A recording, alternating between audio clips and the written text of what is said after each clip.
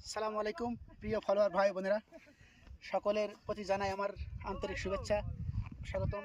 তো আপনারা দেখতে পাচ্ছেন আসলে এই যে মরুভূমি, এই যে বালুর পাহাড় দেখেন আপনারা দেখতে পাচ্ছেন অবশ্যই যে আমার পিছনে উঁচু, আর তারপরে নিচ, তারপরে সামনে আবার উঁচু। আসলে এইগুলো হওয়ার একটা কারণ, সেটা হলো এই যে সৌদি আরবে যে ঝড় বাতাসটা হয়, এই বাতাসের কারণে এই বালুগুলো জোয়ারের মতো ভাসতে ভাসতে এভাবে দেখেন। আপনারা দেখতে পাচ্ছেন এই যে নিচে বালুগুলো কীভাবে জোয়ারের মতো, আপনার যখন স্রোত যায় নদীর, যখন ঢেউ ঢেউ ওঠে, ঠিক ওই সেম একই কোয়ালিটি। তো দেখেন, আপনাদের দেখানোর জন্যই কিন্তু আমি ভিডিওগুলো করি। আমি এর পাশেই থাকি, এখানে মাঝে মাঝে ঘুরতে আসি মরুভূমিতে। দেখেন এখানে কত সুন্দর একটা দৃশ্য। দেখেন আমরা সব বন্ধুরা সবাই মিলে বেড়াতে আসছি। আসলে একটা দেখার মতো জায়গা। মরুভূমি হোক, এই দেশে তো মরুভূমি বেশি, কিন্তু মরুভূমির ভিতরে কিছু জায়গা আছে খুবই সুন্দর, কিছু জায়গা আছে অনেক ঘাস, অনেক বন জঙ্গল, সেখানে যাওয়া যায় না।